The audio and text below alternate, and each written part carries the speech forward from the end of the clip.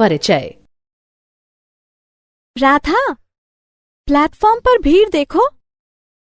हाँ सीता, जनसंख्या कितनी चिंताजनक दर पर बढ़ रही है। तुम्हें पता है, भारत की जनसंख्या 1.2 अरब को पार कर चुकी है। हाँ, और यदि जनसंख्या का बढ़ना इसी तरह से जारी रहा तो हम हमारी सारी बुनियादी जरूरतों से वंचित रह जाएंगे। हर किसी को परिवार नियोजन के महत्व को समझना चाहिए। हाँ, किंतु इसके लिए हर किसी को जनन स्वास्थ्य और जन्म नियंत्रण का बुनियादी ज्ञान होना चाहिए। परिवार नियोजन में जनन स्वास्थ्य के ज्ञान की क्या भूमिका है? अच्छा, आओ मैं तुम्हें जनसंख्या विस्फोट को रोकने में जनन स्वास्थ्य और इसके महत्व की जानकारी के बारे में विस्तार से बताऊंगी। उद्देश्य।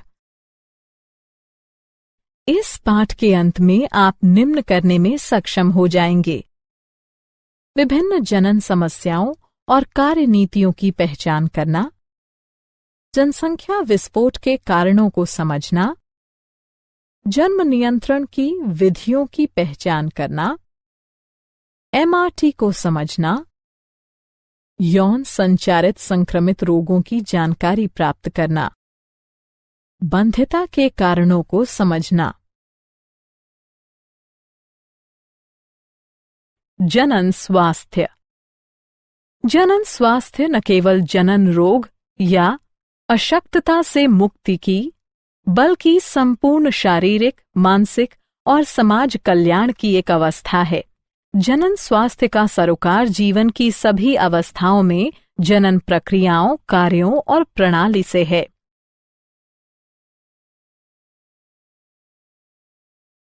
जनन स्वास्थ्य समस्याएं। जनन स्वास्थ्य की मुख्य समस्याओं में शामिल हैं अनैच्छिक संगर्भताएं यानी गर्भधारण, मातृ मृत्यु और अक्षमताएं, यौन संचारित यानी संक्रमित रोग, बंध्यता यानी बांझपन, किशोर अवस्था की जनन स्वास्थ्य समस्याएं। जनन स्वास्थ्य कार्यनीतियां। संपूर्ण जनन स्वास्थ्य के लक्ष्य की प्राप्ति हेतु एक राष्ट्र स्तरीय रणनीति का अनुसरण किया जाता है। इसमें विभिन्न कार्यक्रम शामिल हैं, जैसे परिवार नियोजन कार्यक्रम 1951, जनन एवं बाल स्वास्थ्य सेवा कार्यक्रम, विद्यालयों में यौन शिक्षा प्रावधान, स्वच्छ यौन क्रियाओं और यौन संचारित यानी संक्रमित रोगों की जानकारी का प्रबंध, लोगों को जन्म नियंत्रण के विकल्पों, स्तनपान के महत्व आदि की शिक्षा, उल्पवेधन यानी इम्यूनोसेंटेसिस पर वैधानिक प्रतिबंध। जनसंख्या विस्फोट। जनसंख्या विस्फोट के कारण व्यापक स्वास्थ्य सुविधाएं, बेहतर जीवन दशाएं, मातृ मृत्यु दर में कमी। मातृ मृत्यु दर प्रसवावस्था के दौरान 1 वर्ष में होने वाली मातृ मृत्यु की संख्या तथा उसी वर्ष में जन्मे जीवित बच्चों की संख्या का अनुपात है। शिशु मृत्यु दर में कमी।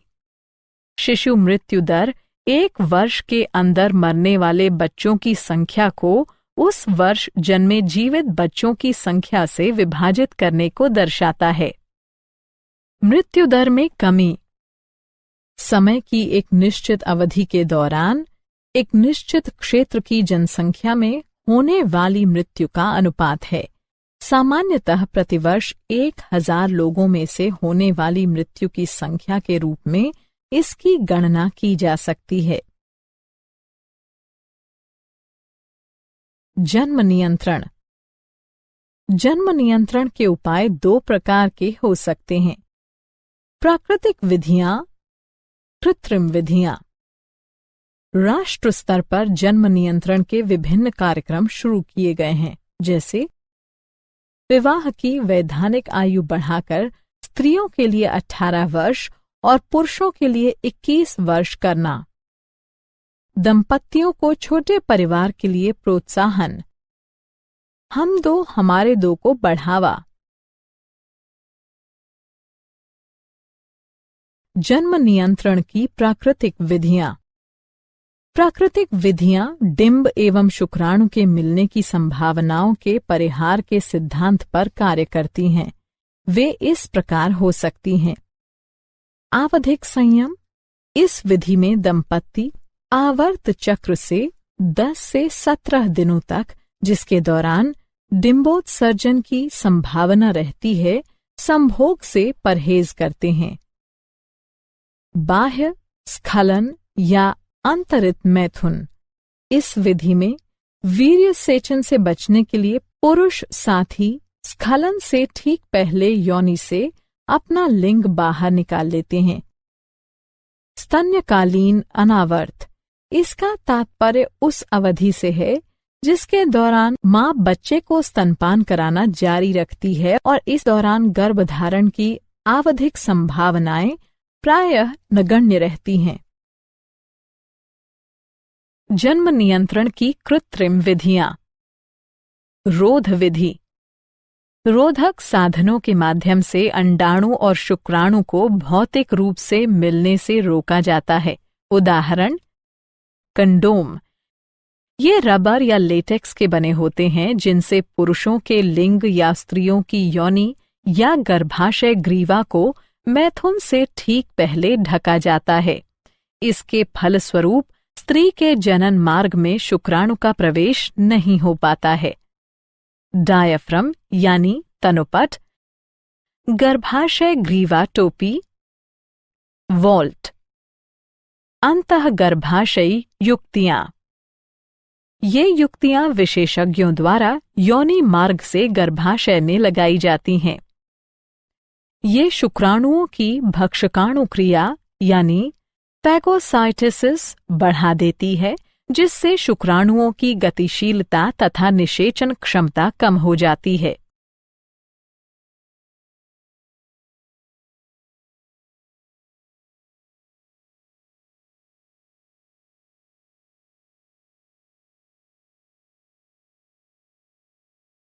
गर्भनिरोधक गोली। प्रोजेस्टेरॉन अथवा प्रोजेस्टोजन एस्ट्रोजन के सम्मिश्रण की छोटी खुराकों के रूप में उपलब्ध। ये गोलियां आर्तव काल यानी 7 दिन की अवधि को छोड़कर रोज ली जा सकती है। ये अंडोत्सर्जन और रोपण को संदमित करती हैं। टीके के रूप में गर्भनिरोधक। प्रोजेस्टोजन अकेले या फिर एस्ट्रोजन के साथ सम्मिश्रण में टीके या त्वचा के नीचे अंतरोप यानी इम्प्लांट के रूप में दिए जाते हैं। शल्यक्रिया विधियां। इन्हें बंध्याकरण भी कहा जाता है। ये विधियां गर्भधान से बचाव की अवधि विधियां यानी टर्मिनल मेथड्स हैं। ये 2 प्रकार की होती हैं। शुक्रवाहक यानी उच्छेदन, वैसेक्टोमी। इसमें शुक्रवाहकों के एक छोटे भाग को हटा दिया जाता है। नलिका उच्छेदन। इसमें डिंब वाहिनी के एक छोटे भाग को हटा दिया जाता है।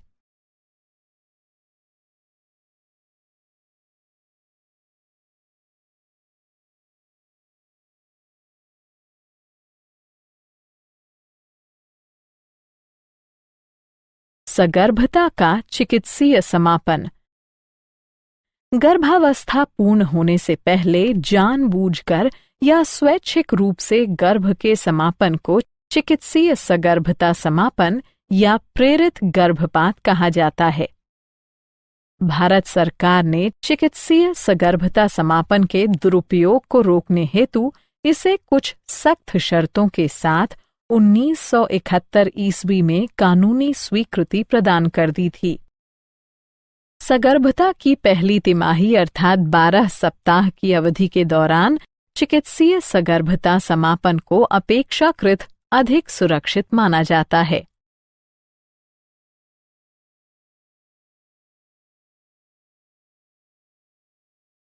यौन संचारित रोग। सहवास जन्य रोगों या संक्रमणों को सामूहिक रूप से यौन संचारित रोग कहा जाता है।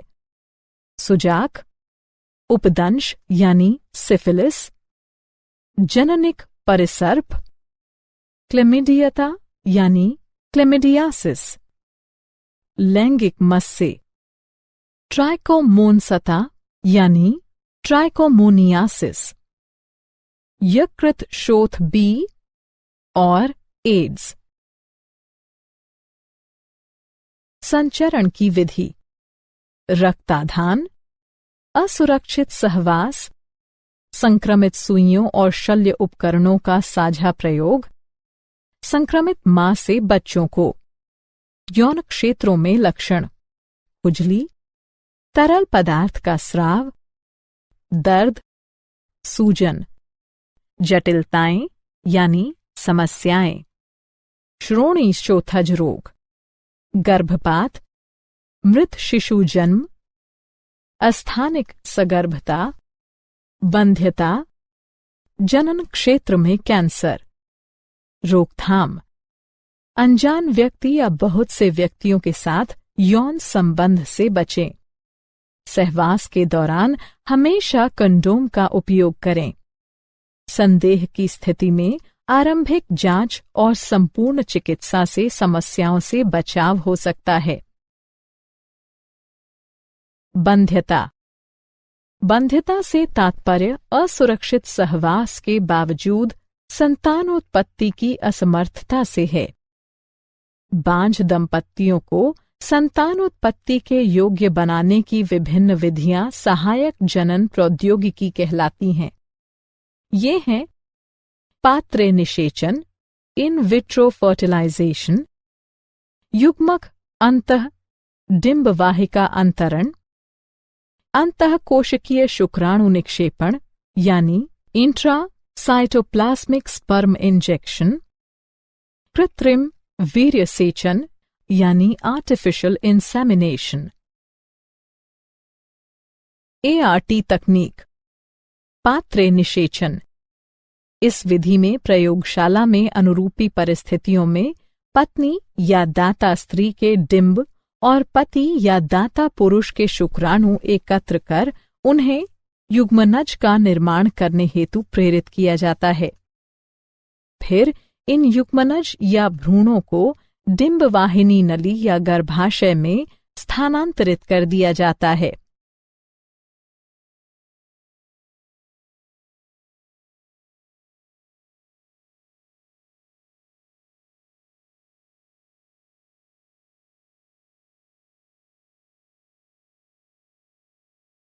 युग्मक अंतः डिंबवाहिनी नली स्थानांतरण: इस विधि में दाता के डिंब को दूसरी स्त्री की डिंबवाहिनी नली में स्थानांतरित कर दिया जाता है।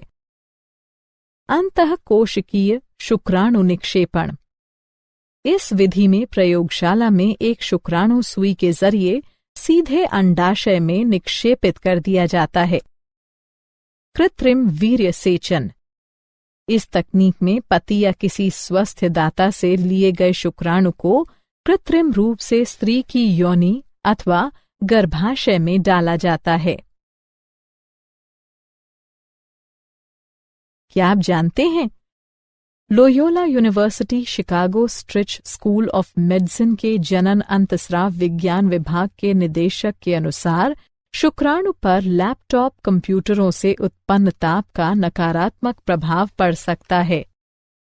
अंडकोश के निकट ताप शुक्राणु को क्षति पहुंचा या मार सकता है, जिसके फलस्वरूप शुक्राणु की संख्या या गतिशीलता में कमी या फिर पूर्ण बंध्यता भी आ सकती है।